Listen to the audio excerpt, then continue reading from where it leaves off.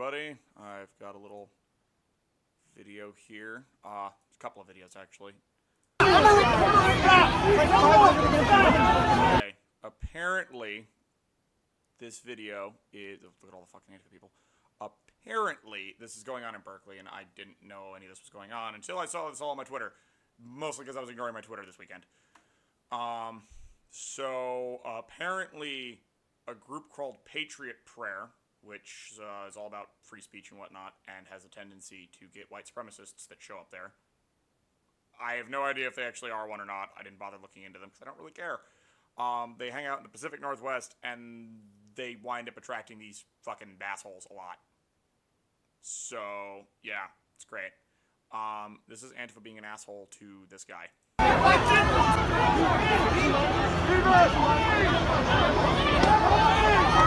Stop! Everybody, stop! Oh. Check that guy out. He's like going, dude, peace. Peace. Chill the fuck out. Take his camera, take his phone.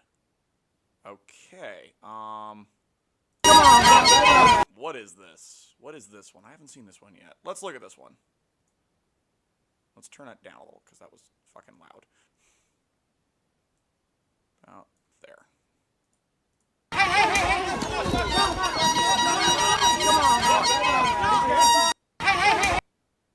Go journalist, whoever the fuck you are. Go random dude over there. My god, what do we got here? There's another one. Here it is. Trying to murder Trump supporter. This one has no actual sound. It's just weird shit, but that bitch has a stick. She's just hitting that guy with a stick, and now they're trying to beat the shit out of him. And you fuckers are just taking pictures. Oh, look, random fucking... I don't know if she's punching him or just dragging him away from them. Fucking trees in the way. I really hope this helicopter called this in, because I'm not sure how widespread this shit was. Or, I mean, people are saying, where are the cops? Where are the cops? And I'm just going, I wonder if this is just like an isolated incident inside of a zone. Because I'm really noticing here that cops are not getting involved, and I think that has to do with what they learned during the Vietnam era. Because anytime they got involved during that, everything got worse. Like, Molotovs came out then, and it got fucking bad. So, I'm thinking what they're doing at this point is just surrounding an affected area, and then just letting the fucker burn out. On the inside. Sucks total dick if you're inside. I'm not saying this is a great plan, but it is a functional plan, and it does work. So, this is the San Francisco Gate. I'm... not entirely sure how unbiased they are, but they seem reasonably okay. I mean, they even mention a bunch of, like, yeah, hundreds of peaceful demonstrators are leaving the Civic Center Park area and returning to Olan Park after far-left demonstrators overtook Sunday's rally and erupted into violence. So they're like, yeah, no, a bunch of far-left dudes are being assholes. So they're being kind of fair about that. Violence escalated at 2. Patriot Prayer leader Joey Gibson detained. He's actually not detained. This has been amended later. They've got quotes around it for whatever reason. He was rescued, apparently. So yeah, handcuffed container being chased amid an increasingly violent protest in Berkeley. God, he got pepper sprayed and chased by a mob. Wonder if that was the video we were watching. Hundreds break through, tensions rising. Yeah, fucking Antifa douche nozzles showing up. Counter-protest crowd swells. The sea does not discriminate. Someone wrote on a surfboard. You're very true. I like that. This is how you... This is actually reasonable, okay, how this started. Several hundred counter-protesters that left their rally at Olan Park have gathered just outside Civic Center Park. Berkeley police estimated the crowd at about 4,000, with most of them being people who showed up to oppose the right-wing rally. Keep our country safe and clean. Read another sign showing a stick figure throwing a swastika on a trash can. Okay, see, that's actually being kind of reasonable. I mean, you can go ahead and counter-protest. That's fine. Please don't be douches about this. What do we got here? Several people played the drums, showing sign of no Nazis here. Not sure if there were actually any Nazis at that rally in the first place. First physical altercation was at 12, apparently. Two men briefly exchanged blows and were quickly swept up by officers inside the park. One man was a counter-approach, and there was part of the smaller but more vocal group of right-wing demonstrators. They're in the Pacific Northwest. They have to be way more vocal because there's so many less of them. Police had no tolerance for any skirmishes and were quick to swoop in and evict any perceived agitators from the park. Good job, guys! Nice. As the conflicts continued, Theo Shear of Oakland held up one end of a white bedsheet painted with the phrase, "Resist like it's 1933. Okay, dude. You are... I know what you're trying to say. It's like, fight the Nazis, except you're doing the same shit that let the Nazis get into power. Okay?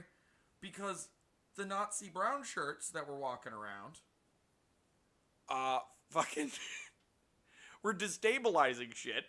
And then their opponents got their own groups and came back and did the same fucking thing. And then all the German people went, holy shit, this is chaotic in hell. And Hitler's going, hey guys, I'm a strong central leadership figure. You should vote for me and I'll fix all this shit. And they went, well, that sounds like a perfectly reasonable idea. And they did. And he did. Violently. So, thanks guys. Way to fuck it all up.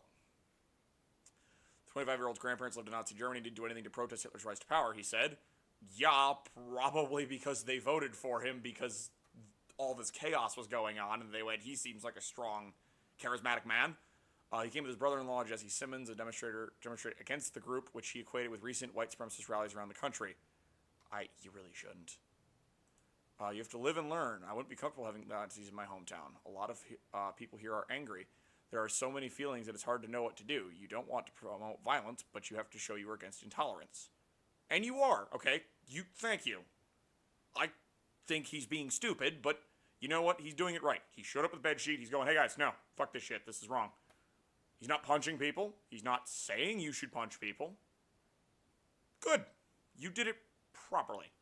Demonstrators are detained and booted at 11:45.